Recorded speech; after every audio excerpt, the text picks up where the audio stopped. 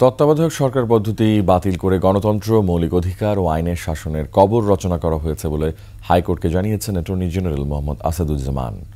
পঞ্চদশ সংশোধনী সংবিধানের মৌলিক কাঠামোকে আঘাত করেছে, এর মাধ্যমে ফ্যাসিজম দীর্ঘায়িত হয়েছে বলেও পঞ্চদশ সংশোধনীর রুলের শুনানিতে তা তুলে ধরেন রাষ্ট্রের সর্বোচ্চ আইন কর্মকর্তা।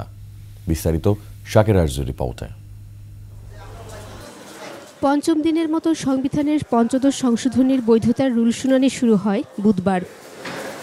তত্ত্বাবধায়ক ইস্যুতে আপিল বিভাগে আগে রিভিউ শুনানি হবে নাকি হাইকোর্টে পঞ্চদশ সংশোধনীর রুল শুনানি আগে হবে, সকালের শুরুতেই এমন প্রশ্নের সমাধান বলে নিজের যুক্তি উপস্থাপন শুরু করেন রাষ্ট্রের প্রধান আইন কর্মকর্তা। As a whole 15th amendment বাতিল চাই না। 15th অ্যামেন্ডমেন্টের টোটাল স্কিমটাই হলো বাংলাদেশের গণতন্ত্র ধ্বংস করা, ফ্যাসিজমকে প্রলং করা, বাংলাদেশে মুক্তিযুদ্ধের মধ্য দিয়ে অর্জিত যে বাংলাদেশ সেই চেতনাকে ভুলুণ্ঠিত করা, সুপ্রিমেসি অব দি কনস্টিটিউশন যেটা সেইটাকে লঙ্ঘন করা।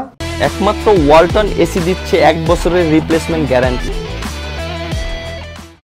তত্ত্বাবধায়ক সরকার পদ্ধতি বাতিল করে গণতন্ত্র, মৌলিক অধিকার ও আইনের শাসনের কবর রচনা করা হয়েছে বলে হাইকোর্টকে জানান অ্যাটর্নি জেনারেল।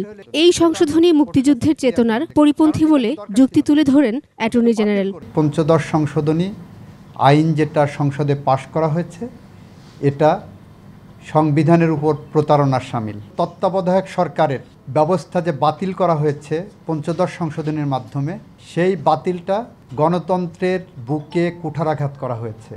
এদিকে ত্রয়োদশ সংশোধনীর রিভিউ শুনানি আগামী 17 নভেম্বর আপিল বিভাগে দিন ধার্য আছে। শাকেরা আরজু, 21 টেলিভিশন, ঢাকা।